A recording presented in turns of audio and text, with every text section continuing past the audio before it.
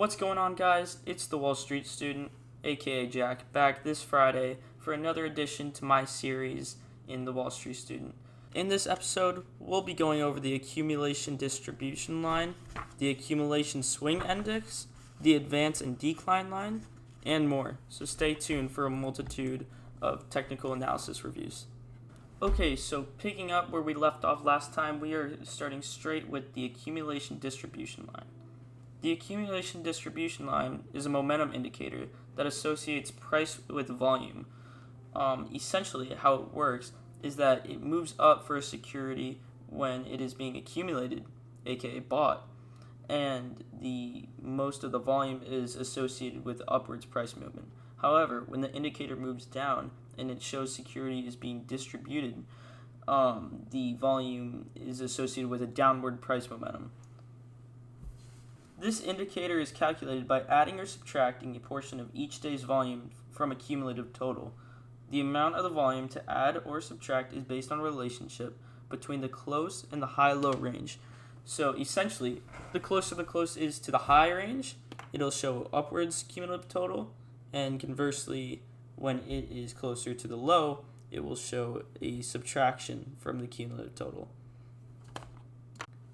It is also important to note that, like most indicators, a divergence in the accumulation distribution line, along with the candlestick patterns shown on your monitor, can be telling of where the stock will move in the future. For example, in this example, the accumulation distribution line starts to decline while Delta Airlines stock continues to rise. This later on, the declining of the Delta Airlines stock, as you can see later on in the graph. So next on the agenda is the accumulation swing index, developed by Welles Wilder and presented in his book New Concepts in Technical Trading Systems. He describes this as an attempt to display the real market between the maze of open, high, low, and closed prices. Because it attempts to show this phantom line, the accumulation swing index closely resembles the prices themselves. This allows for classic support and resistance lines on the index itself, in which one can look for breakouts or divergence to help trade. Okay, moving forward, we have the advance and decline line.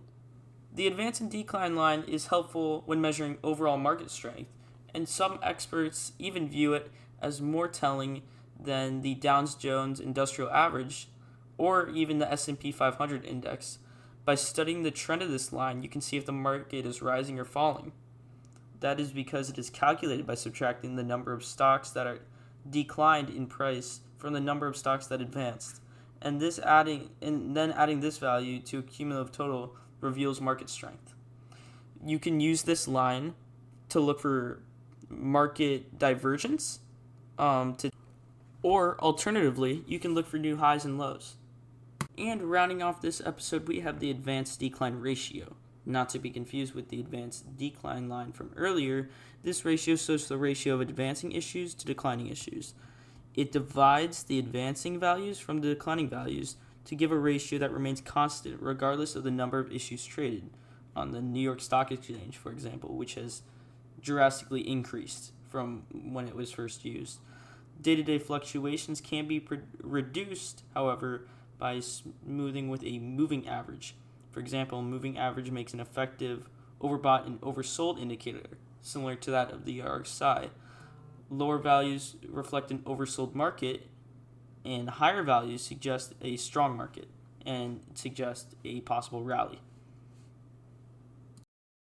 That'll just about do it for this episode. Thank you guys so much for sticking around, and if you would please like, subscribe, and turn on notifications so you don't miss a future upload. I will be uploading every Friday. Thank you again.